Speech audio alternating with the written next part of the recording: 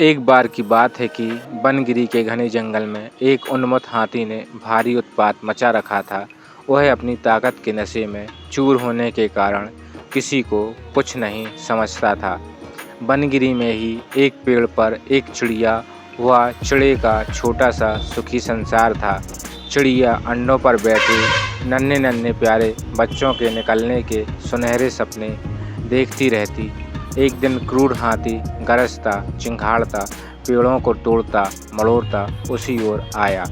देखते ही देखते उसने चिड़िया के घोंसले वाला पेड़ भी तोड़ डाला। घोंसला नीचे आ गिरा, अंडे टूट गए और ऊपर से हाथी का पैर उस पर पड़ा। चिड़िया और चिड़ा चीखने चिल्लाने के सिवा और कुछ न कर सके। हाथी के जाने के बाद चिड़िया छाती पीट पीट कर रोने लगे। तभी वहाँ कठफोड़वी आई।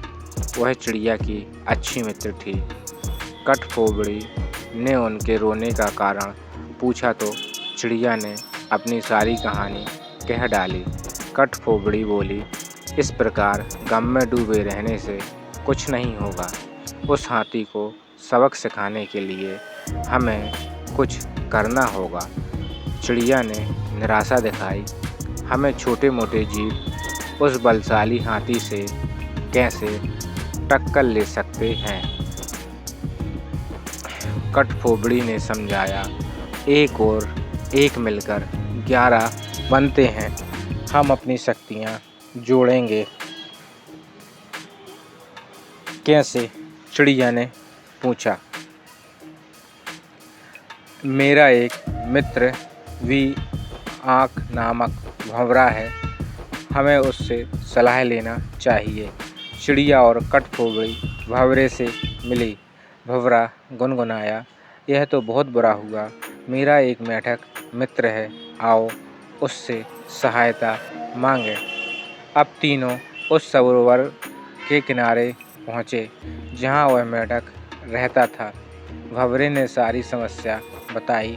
मेंढक भर्राए स्वर में बोला, आप लोग धैर्य से जरा यहीं मेरी प्रतीक्षा करें, मैं गहरे पानी में बैठकर सोचता हूँ। ऐसा कहकर मेंढक जल में कूद गया।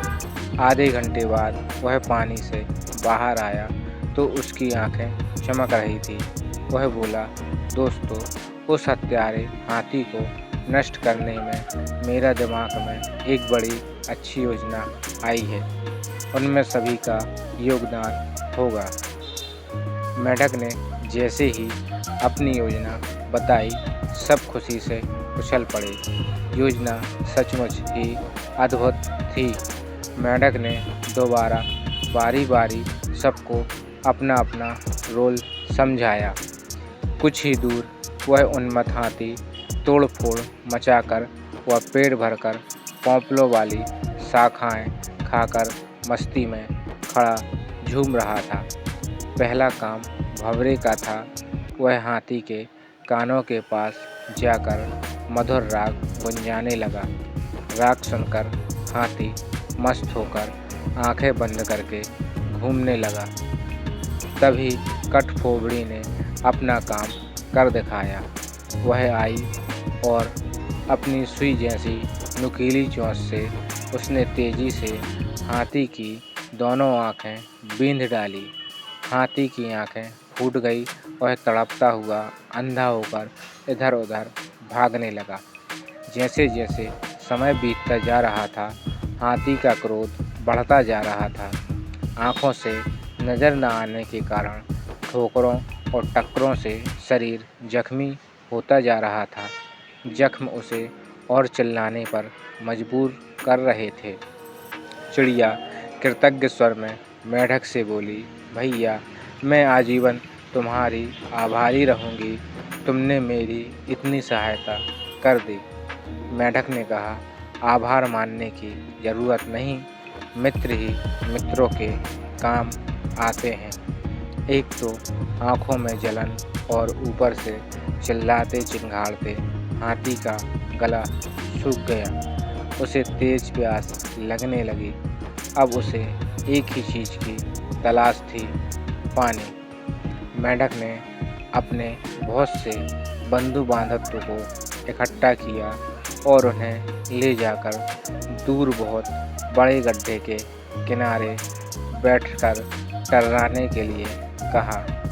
सारे मेंढक टर्राने लगे। मेंढक की टर्राहट सुनकर हाथी के कान खड़े हो गए। वह यह जानता था कि मेंढक जल स्रोत के निकट ही वास करते हैं। वह उसी दिशा में चल पड़ा।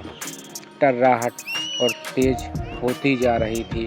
प्यासा हाथी और तेज भागने लगा।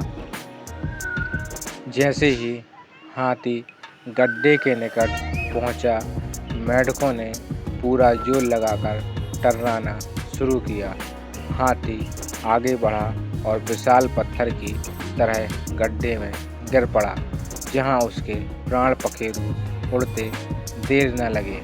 इस प्रकार उस अहंकार में डूबे हाथी का अंत हुआ।